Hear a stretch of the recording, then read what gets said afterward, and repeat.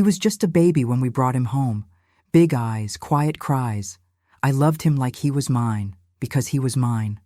Or so I believed.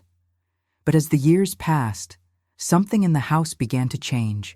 It wasn't loud, it wasn't violent, but it was wrong. It was off. Little moments, things that didn't add up. The way he looked at me, the way my husband ignored the signs. I'd wake up feeling uneasy, objects out of place, my own sense of safety, gone. When I finally spoke up, my husband said, I was imagining things, that grief and age were clouding my judgment. But I knew better. I knew what silence felt like. I'd lived through it before, and this time, I wasn't going to let it win. Not in my home, not in my life. My name is Virginia Laverne Morrison. I'm 74 years old, born and raised in Columbia, South Carolina. I worked for 30 years as a school librarian. Quiet corners, soft voices, stories that always ended the way they should. I believed in good endings. I married. Young. My husband, Walter, was steady, not warm, but steady. We couldn't have children, and after several losses, we decided to adopt. His name was Caleb. He came to us at 6 months old. I loved him from the first moment I held him. He was mine. He called me Mama before he even said milk. We raised him like our own, same school as the other boys, piano lessons, church on Sundays. But behind the pictures and the birthday cakes, something wasn't right. As he grew older, his eyes stopped, looking at me the way a son should look at a mother. And Walter? He looked away, pretended not to see what I felt, what I feared. By the time I was in my 60s, I no longer felt safe in my own home. But I stayed silent. Until silence nearly cost me everything. If you've ever trusted someone under your roof only to feel unsafe in your own home, this story is for you. Comment your city below so Virginia knows she's not alone. Have you ever felt unheard, even by the people closest to you? Share your strength in the comments, like this video if her voice matters to you, and subscribe for more true stories from women who've waited a lifetime to speak their truth. Because silence can protect the wrong people. And today, we choose truth. I was 37 when we brought Caleb home. He was wrapped in a green hospital blanket, blinking up at me like he already knew I belonged to him. I held him to my chest and whispered, Mama's here, baby. You're safe now. After 3 miscarriages and 1 stillbirth, I thought motherhood had passed me by. But Caleb, he felt like redemption, like the final page of a story that didn't end in grief. We lived in a modest house on the outskirts of Columbia, South Carolina, big enough for dreams, small enough to feel close. Walter was proud of our home. He worked for the city, managed waste services, believed in hard work and quiet dinners. He wasn't cruel, just distant. Affection wasn't something he knew how to give, not in words or in touch. But Caleb, that boy filled every crack in my heart. He had a slow, thoughtful way about him, rarely cried, loved to be rocked, would fall asleep with his hand gripping my finger like he thought I might vanish if he let go. I didn't tell anyone this, but I used to sit up at night just watching him breathe. The rise and fall of his chest gave me peace. At 6 months, he laughed for the first time, a squeaky, startled sound that made me cry. At 10 months, he took his first steps toward me, arms wide, like I was the only place in the world worth reaching for. Those were the golden years. He was mine in every way that mattered. But as he grew older, something shifted. He became watchful. Not in a curious, childlike way, in a way that made me feel observed, examined. At first I thought I was imagining it, that maybe I was being overprotective, but I'd catch him standing in the hallway, staring at me without blinking, or hovering too close when I came out of the shower. He'd say things that didn't sound like a child, things like, "You looked younger today, Mama," or "You smell different when you're tired." I'd laugh it off, redirect him, chalk it up to awkward puberty. But the feeling never left me. I started locking my bedroom door at night. Walter noticed. "Why are you locking the door?" he asked one evening, halfway through his meatloaf. I shrugged. Just habit, I guess. He nodded. Didn't press. That was the problem with Walter. He never pressed. Not when Caleb started staying up late, wandering the house. Not when I told him I was having trouble sleeping. Not even when I said, "Sometimes I feel like I'm being watched in my own home." He'd just say, "You worry too much." So I stopped saying anything. By the time Caleb was 15, the distance between us felt like a wound. He'd touch my shoulder too long, hug me from behind in ways that didn't feel right. Once, I woke up and he was standing in my doorway, just staring. I said his name. He didn't answer, just turned and walked away. I told Walter. He sighed. Teenagers are weird. I said, "Walter, something's wrong." He said, "Don't start. He's your boy. You raised him." And maybe that was the worst part. The knowing that I'd poured every ounce of love I had into a child who now made me feel afraid in my own house. And the man I married wouldn't even acknowledge it. So I did what women do. I endured. Told myself it was a phase. Told myself I was imagining things. Until one night, I woke. Up with the unmistakable feeling that someone had been in my room. The door was unlocked. My nightgown was twisted. My phone was moved. I sat there in the dark, pulse racing, and realized I was no longer safe, not even in my bed. That night, I didn't cry. I packed a small bag, went to the guest room, locked the door, and made a promise to myself. I would not ignore the signs anymore, because the child I had prayed for had become something else, and I didn't know how to love him without losing myself. It took me weeks to build the courage. By the time I was 59, Caleb had already left for college, come back, dropped out, and settled into our guest room like he owned the place. He was 22 then. Tall, broad-shouldered, quiet in that same unsettling way he'd always been. At first, Walter said it was temporary. "He'll get on his feet," he promised. "Give him time." But months passed, then a year, and still he stayed. He rarely left the house, didn't keep a job for more than a few weeks. He'd sleep all day, roam the halls at night. I'd hear him in the kitchen at 3 a.m., opening cabinets, humming softly, the same lullaby I used to sing when he was a baby. And always, that same pattern. My things out of place. Doors I swore I locked, suddenly open, drawers disturbed. It wasn't loud, it wasn't violent, but it was deliberate. One morning I woke to find the button of my pajama top undone. Just one. But I never slept like that. I knew I had locked my door. And still I felt exposed. I sat on the edge of the bed, hands trembling, and whispered to myself, "This isn't in your head." Then I picked up the phone. I didn't call the police. I called Pastor Jenkins. He'd known our family since the beginning. Baptized Caleb, eulogized my mother. He had kind eyes and a gentle way of listening. When he answered, I didn't know what to say. "Pastor," I began, "I think something's happening in my house." He didn't interrupt. "I don't feel safe," I continued. Not with Caleb, not with Walter's silence. And I need to talk to someone who won't make me feel crazy. He told me to come by the church that afternoon.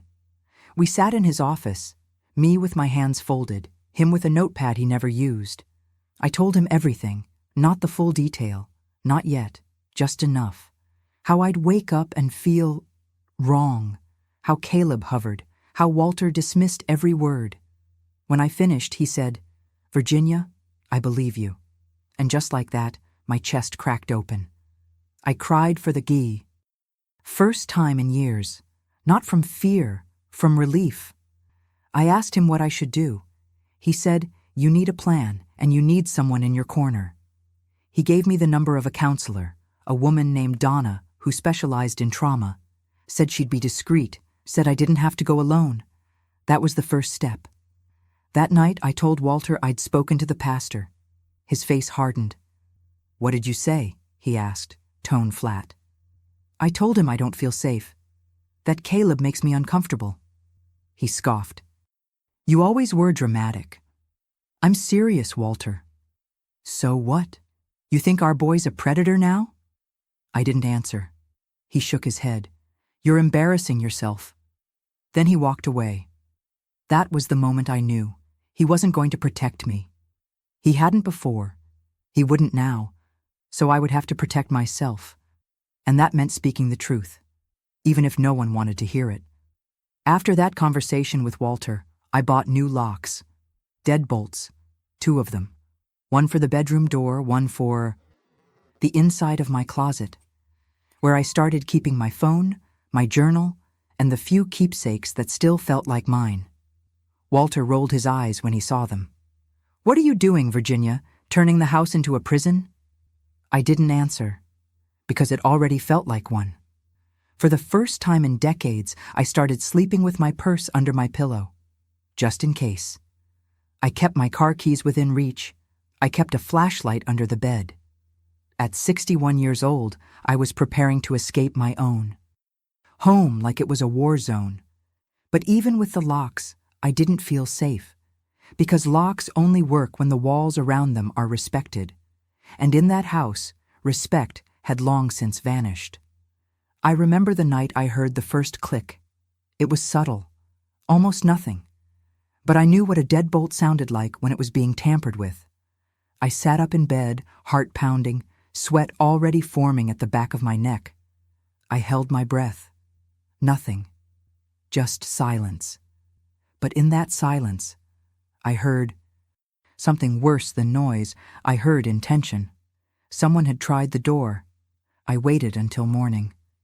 Then I opened the door and saw the screwdriver, just outside the frame, placed gently, as if to say, I could have. That day, I took a walk. Left the house for hours. I didn't even bring my wallet. Just needed air. Needed space. I found myself at a park I hadn't visited in years. I sat on a bench and cried. Not because I was afraid, though I was. Not because I was angry, though I was. But because I realized something that shattered me. I had no home. The house I once filled with lullabies and casseroles and Christmas lights was now a place I feared the shadows. And my son, the child I once begged God for, was the reason. I called Donna, the counselor Pastor Jenkins had recommended. We met the next afternoon. I told her everything, even the parts that made me feel shame, even the parts I didn't want to say out loud. She didn't flinch. She said, "Virginia, you're not crazy. You're not overreacting, and you are not alone." She helped me map a safety plan, step by step, phone numbers, documents, where to stay if things escalated. And then she asked me something no one had asked before. "Do you feel ready to confront him?" I didn't answer, because it wasn't about readiness, it was about survival. That night, I slept in the guest room, door locked, phone in hand, and a small kitchen knife under the pillow. Not because I wanted to use it, but because I wanted options. The next morning, Caleb knocked. "Breakfast?" he asked, voice smooth. I said no. He lingered. Then he said, "You look tired, Mama," and smiled. And in that moment, I saw the truth. He knew. He'd always known what he was doing, and he thought I'd never do anything about it. But he was wrong, because that night, I packed a bag, and I left. I didn't leave in a rush. I left in silence, early morning. The house was still. Caleb was asleep, probably on the couch. He'd taken to watching TV until 3 a.m. Walter was in the bedroom, snoring like the weight of the world had never touched him. I moved quietly. Just one suitcase, a few clothes, my Bible, the framed photo of me holding Caleb as a baby. Not because I wanted to keep the memory, but because I needed to remind myself it had once been real. I took my journal, my medicine, and the letter I'd written weeks earlier, but never had the nerve to leave. I placed it on the kitchen table, right beside the salt shaker, where I knew Walter would. See it with his morning coffee. It said, "I don't feel safe here. I've told you. You chose not to believe me. I'm choosing to protect myself now." That was it. No accusations, no pleas, just the truth. I drove to a friend's house across town, Loretta. We hadn't been close in years, but she was the kind of woman who didn't ask questions when you showed up on her porch before sunrise with swollen eyes and a shaking voice. She let me in, fed me eggs and toast, and didn't ask why I was wearing bedroom slippers in public. "I'll call Jenkins," she said, "and Donna too. Let them know you're safe." That first day away felt like breathing after a storm. The quiet wasn't filled with tension. The shadows didn't creep. I slept, really slept, for the first time in months. But peace doesn't mean you stop grieving. I cried that night. Cried for the version of motherhood I lost. For the boy I raised who became someone I feared. For the husband who watched me drown and called it rain. Donna helped me find temporary housing, a safe place for women like me, older women, forgotten women, the ones who kept secrets for the sake of others and lost themselves in the process. My room was small, a single bed, a worn chair by the window. But it was mine. No one entered without knocking.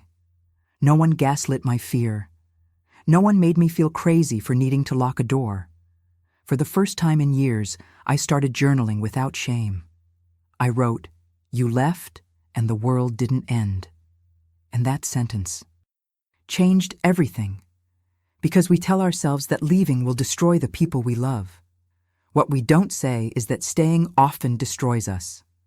One afternoon, Donna asked, "Do you want to press charges?"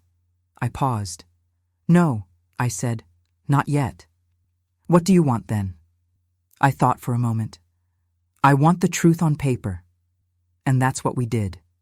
We documented everything, the fear, the incidents, the years of silence. I wasn't ready to make it public, but I was ready to stop hiding it from myself. Leaving that house didn't just give me space. It gave me me. The call came on a Wednesday. I'd been gone for 3 days, long enough to remember how to sleep, long enough for Loretta to stop hovering and start letting me sit in silence without asking if I was okay. When my phone rang and Walter's name flashed on the screen, my first instinct was to let it go to voicemail. But something in me, curiosity maybe, told me to answer. I took a breath and pressed accept. "You left a note," he said. "No hello." "I did." Long pause. "You really think he'd hurt you?" I didn't answer that. "I don't think anything," I said finally. "I know I don't feel safe. That's enough." Another pause. "He's our son." "No," I said softly. "He's your son now. I raised him. I did everything I could. But you refused to see what was happening. You're exaggerating." "No, Walter, you're just not listening." He sighed. "People are asking questions. Let them ask. You're making us look bad." I closed my eyes. "There it is," I whispered. "The truth. You're more worried about how this looks than what I lived through." He didn't deny it. "Come home," he said. "We'll figure it out." "I already figured it out," I replied, "and I'm not coming back." Silence. Then he said, "So what now? We just pretend we never had a family?" My voice shook, but I held steady. "No, Walter. You pretend. I'm done pretending." I hung up before he could respond. I sat with the weight of that moment, the click of finality, the sound of old vows dissolving into truth. Later that night, I replayed the call in my mind. Every word felt like confirmation. Walter hadn't protected me because he'd never believed he should. He'd seen me not as his wife, but as someone who owed him silence. And Caleb? He'd grown up watching that silence win. I didn't sleep much that night, but I did something I hadn't done in years. I wrote a letter to myself. It said, "Dear Virginia, I'm proud of you. You didn't wait for someone else to save. You saved yourself." I folded it, tucked it into my Bible, and for the first time in my adult life, I whispered out loud, I deserve peace. Telling someone what happened is one thing, but saying it, really saying it, in your own voice, without flinching, without looking at the floor, that's something else entirely. Donna asked if I'd be willing to join a support group, not therapy, not formal, just other women, older women who carried silent histories like mine. The meeting was held in the basement of a Methodist church. Folding chairs, weak coffee, fluorescent lights that buzzed slightly overhead. I walked in and immediately wanted to walk out, but then I saw them, women like me. Wrinkled hands, scarred voices, smiles that tried. The facilitator was a soft-spoken woman named Elsie. She must have been pushing 80. Her cane had rhinestones. Her strength didn't need explaining. She said, "You don't have to talk today, Virginia. Just listen." And I did. I heard stories that sounded eerily familiar. A sister who turned a blind eye. A husband who said, "Don't ruin his future." A daughter who stopped calling when her mother told the truth. Each story cracked open something in me. And when Elsie turned to me, eyes kind but direct, and asked, "Would you like to share?" I surprised myself by saying yes. I started slow. "My name is Virginia. I was a librarian. I'm 74. I adopted a son when I was 37. He was my joy, my heart." Pause. He made me afraid. Silence. But it wasn't just him. It was the man I married, the silence he kept, the home I lost. I didn't cry. My voice trembled, but I didn't break. I ended with this. "I thought I'd die before I ever said that out loud." And Elsie said, "But you didn't. You said it. And you're still here." The women clapped. Not loud, just enough. It wasn't about applause. It was about witness. They saw me, not as a victim, but as someone still standing. That night, I wrote in my journal, "Your voice didn't shake because it was weak. It shook because it carried weight, and it still carried you." After that, I didn't miss a meeting. I spoke every time. I laughed more. I even helped a woman named Jolene draft her first letter to her daughter, the one she hadn't seen since 1992. Telling the truth didn't fix everything, but it freed me from carrying it alone. And sometimes, that's enough. It hit me in the produce aisle. I was reaching for a bag of apples, Granny Smith, the tart kind I sigh. Liked with peanut butter, when I heard a mother scolding her son. "Say you're sorry to her," she snapped, "right now." The boy mumbled something. The girl he'd bumped into shrugged it off, but the moment stuck with me. Because all I could think was, what if no one ever teaches you how to say sorry? Or worse, what if no one ever teaches you that you're allowed to expect one? That night, I sat on my borrowed bed and opened a fresh page in my journal. I wrote, "You are not to blame. You were a mother. You trusted. That is not a crime." It seems so simple now, but back then, it felt revolutionary. I had spent years, decades, believing it was my fault, that I didn't mother him right, that I coddled him too long, that I missed the signs, that I let Walter ignore me. But none of that was truth. It was survival guilt. It was the lie women are taught, that if harm enters your house, it's because you left the door unlocked. But I had locked every door I knew how to. And still, harm came. Not because of me, because of them. Donna and I talked about this in session. She asked, "Virginia, if a friend told you this same story, would you blame her?"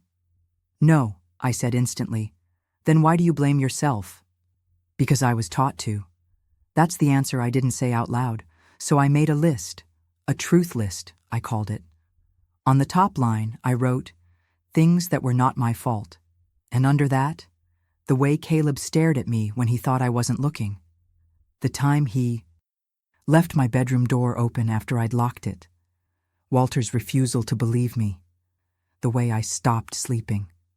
The shame I carried for loving a child who later made me afraid.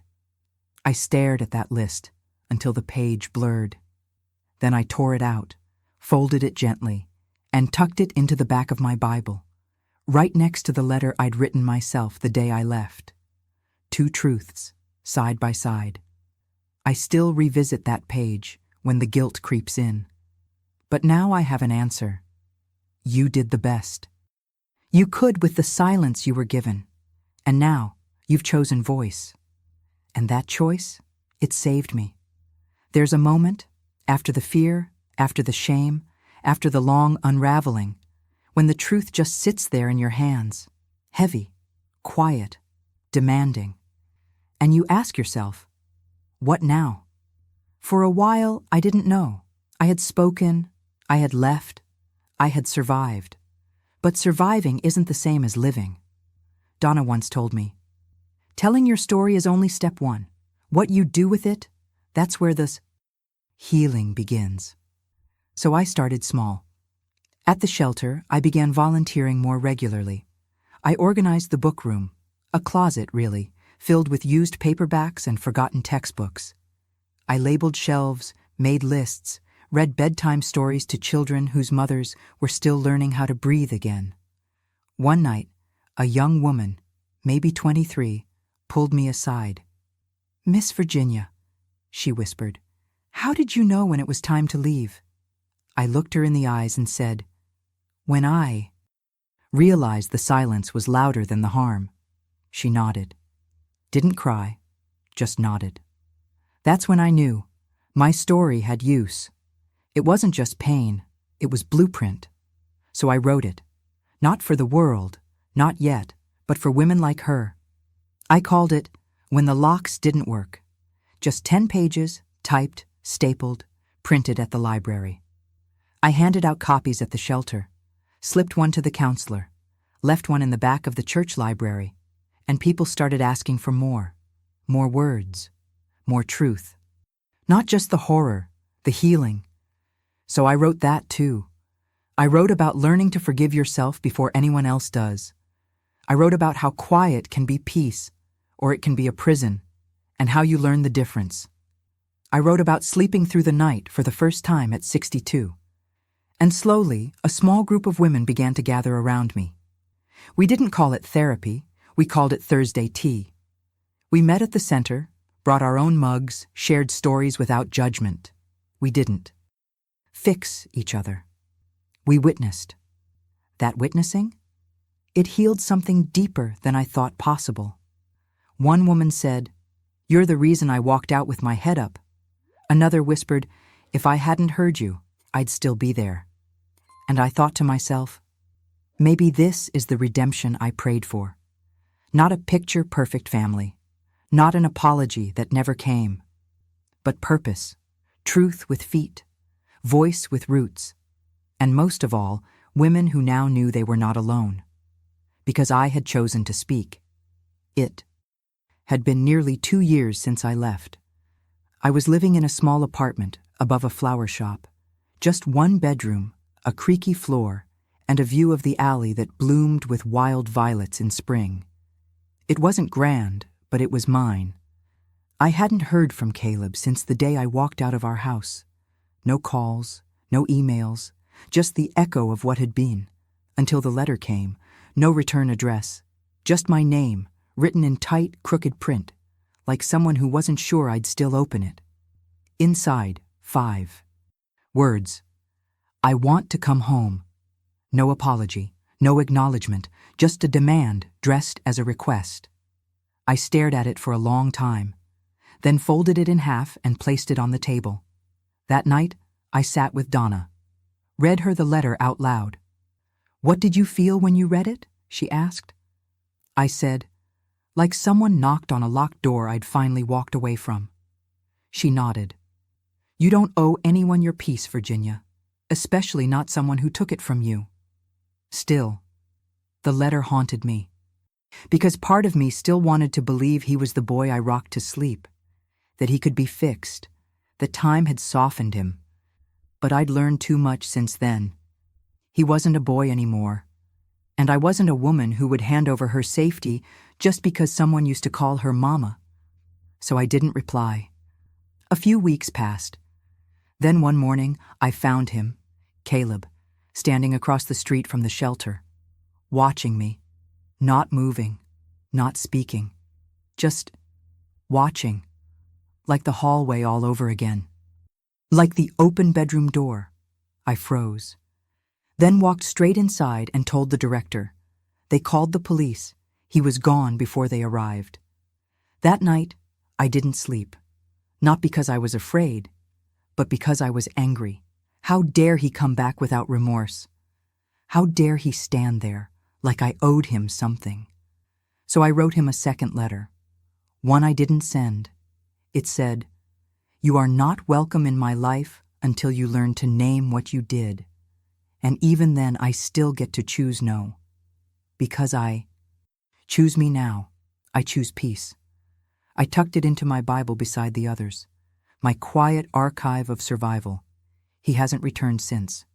But if he does, I won't run. Because now I don't live behind locked doors. I live behind truth. In every story like mine, there's a turning point. Not when the abuse ends, or even when you escape, but when someone finally says, "I believe you." For me, it didn't come from family. It came from women. Not all at once, not with grand gestures, but in whispers, nods, eyes that didn't look away. There was Elsie, who ran the Thursday tea group. She once brought me a scarf, deep burgundy, and said, "This color reminds me of your courage." I hadn't even spoken that week, but she saw it in me anyway. There was Jolene, who sat beside me in silence for months, until one day she slid a folded note into my hand. It said, "Your story helped me see mine." There was Donna, who never let me diminish my experience, no matter how often I tried to soften the language. And there was Tanya, a woman 20 years younger than me, who said, "If you can say it at 74, I can say it at 54. These women became my circle, my witness, my truth keepers. They were the ones who didn't ask, "Are you sure?" They asked, "How can I hold this with you?" That question changed everything, because when your truth has been doubted for decades, belief becomes medicine. I remember the day I brought my old journals to the group. I laid them on the table like a confession. "This is what I wrote when I didn't have anyone to tell," I said. They passed them gently, as if the pages were sacred. Elsie said, "These belong in a library for survivors." So we started one. A shelf in the corner of the Women's Center, one journal, then another, then stories typed on computer paper, poems written in marker, letters never sent. We called it the Quiet Archive. Women came in scared. They left with a notebook. "You can keep it," I'd say, "or return it when you're ready. But fill it with your truth." One woman returned hers a year later, full from cover to cover. "I was going to throw it away," she said, "but then I thought of you. And I couldn't." We cried, not because we were broken, because we weren't anymore, because the women who believed me had become part of my healing, and now I was becoming part of theirs. That's the thing about truth. It doesn't just survive, it multiplies. I used to avoid mirrors, not just because of age or vanity, though time leaves its traces, but because for years, when I looked at my reflection, all I saw was the woman I used to be, the one who didn't speak up, the one who stayed too long, the one who locked doors and still didn't feel safe. It was easier to wash my face without looking, to change clothes in the dark, to do my makeup by feel, until the day I found an old photo in a library book. It had slipped from between the pages of a devotional on grief, black and white, grainy, a woman in her 40s, staring straight at the camera, chin lifted, wrinkles set firm. There was something in her face, not beauty, but ownership, like she had lived through something and dared the world to deny it. I took it home, taped it to my mirror. Then one morning, I looked at it. And then I looked at me. And for the first time in years, I didn't look away. I saw the deep lines in my forehead, earned, the soft skin under my eyes, tired, but watching. The curve of my mouth, not smiling, but strong. Whispered, "You're still here." And I meant it. After that, I started practicing something Donna called mirror truth. Every morning, I'd look into my reflection and say one sentence, just one. Some days, you are not what they did. Other days, your voice matters more than their silence. Once, you do not owe anyone your body, your story, or your forgiveness. Those sentences changed the way I carried myself. I started walking taller, even if my back ached. I wore my favorite earrings again. Silver hoops, a little too heavy. I bought a new dress, deep plum, velvet, and wore it to tea without apology. One of the women asked, "What's the occasion?" I smiled. I saw myself in the mirror this morning. That's reason enough. Because the day I started recognizing the woman staring back at me was the day I stopped waiting for anyone else to validate my healing. It was a Tuesday morning.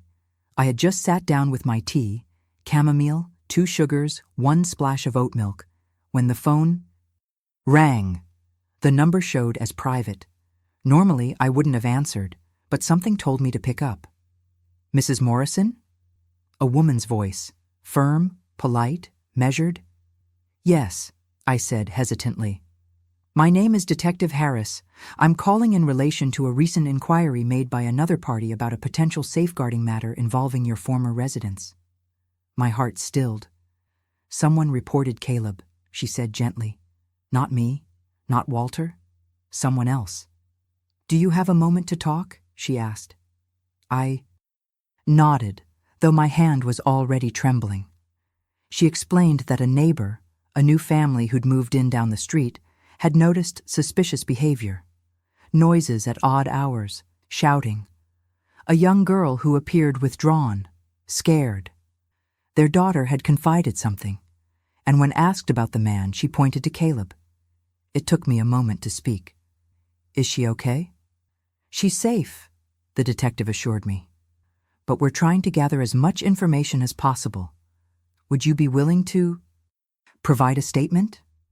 I looked at my journal, my Bible, the letters tucked inside. "I will," I said.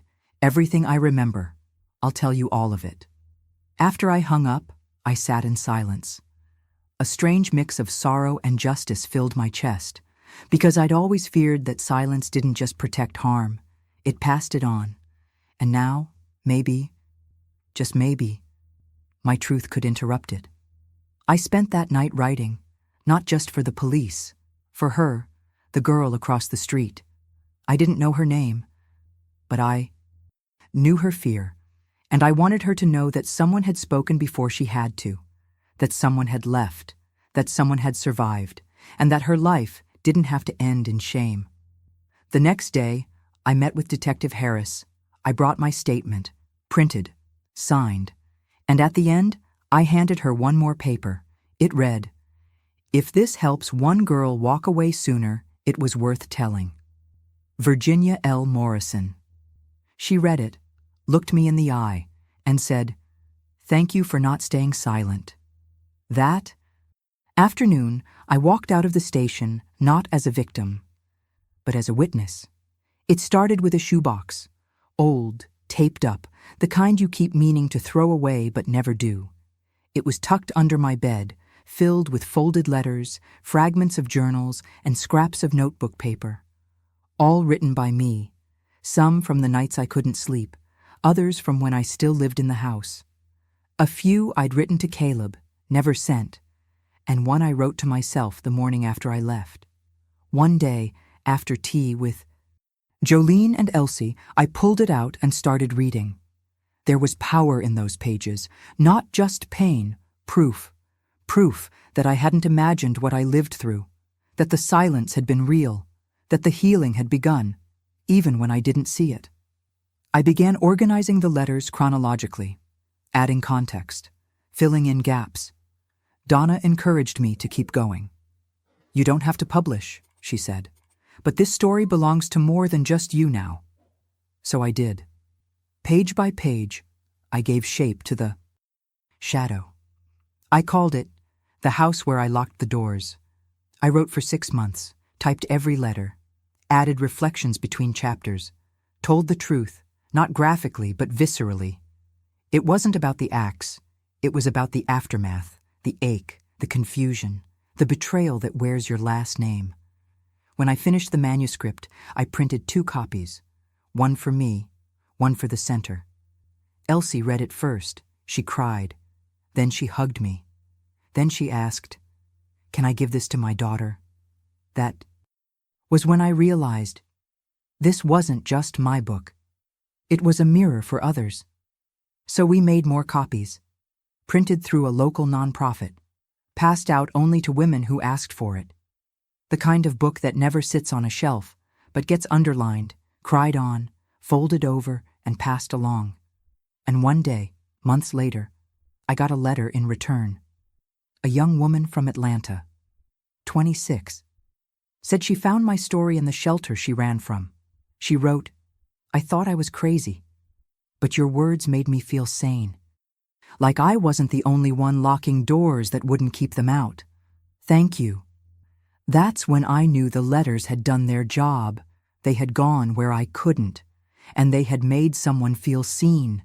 And if there's one thing I've learned through all this, it's that being seen can be the first step to being saved. It had been nearly 3 years since I left. No calls, no letters, no updates from Walter.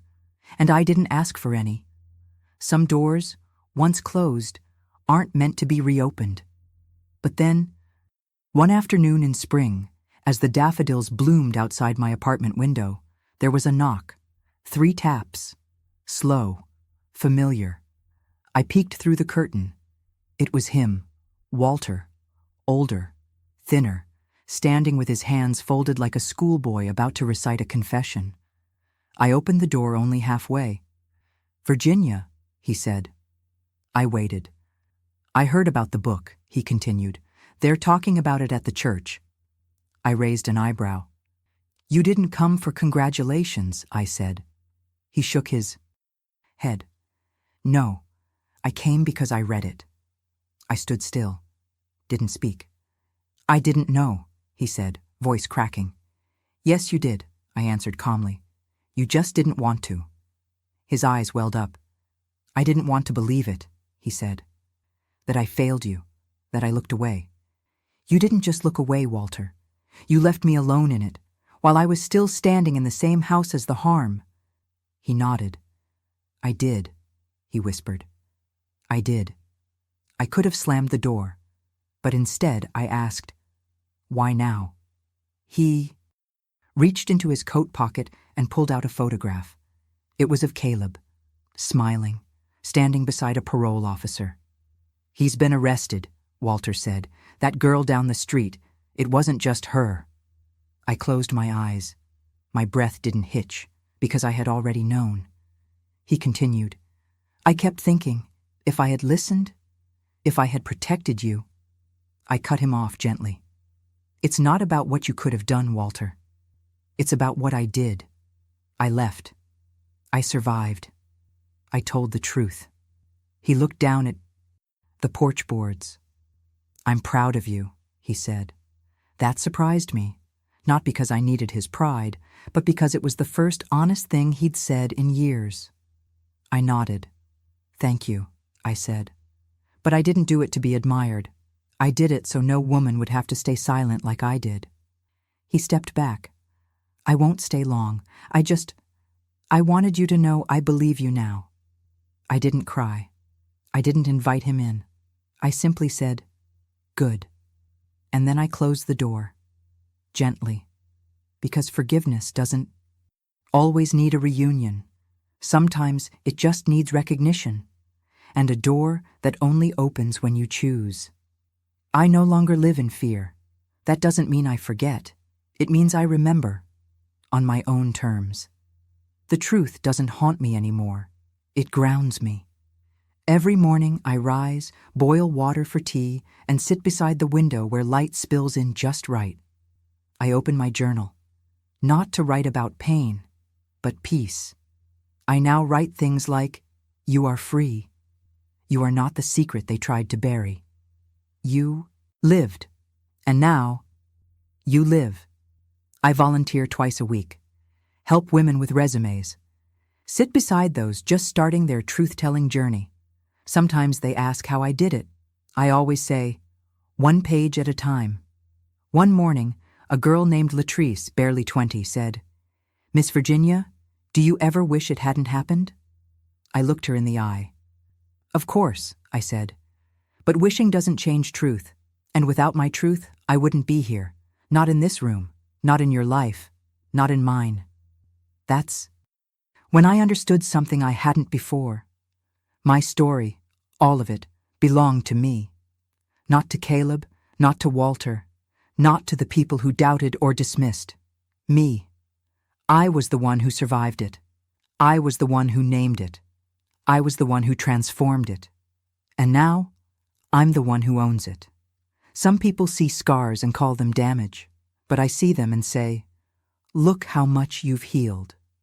I've made peace with the parts of my life that never made sense. I've forgiven myself for staying. I've thanked myself for leaving, and I've made a promise to never silence my truth again. Because my voice, it's not just mine anymore. It echoes in shelters and tea circles and quiet rooms where women wait for the right words to set them free. And now, they have them. If Virginia's truth gave you strength, don't keep it to yourself. Comment your city below. Let her know she's not alone in this healing. Have you ever kept a secret to protect someone else? Share your courage in the comments. Click like if her voice matters to you. And subscribe for more stories from women who were silenced for too long. Because healing begins when truth is spoken, and power returns when silence ends. Your voice matters. Speak it, share it, honor it.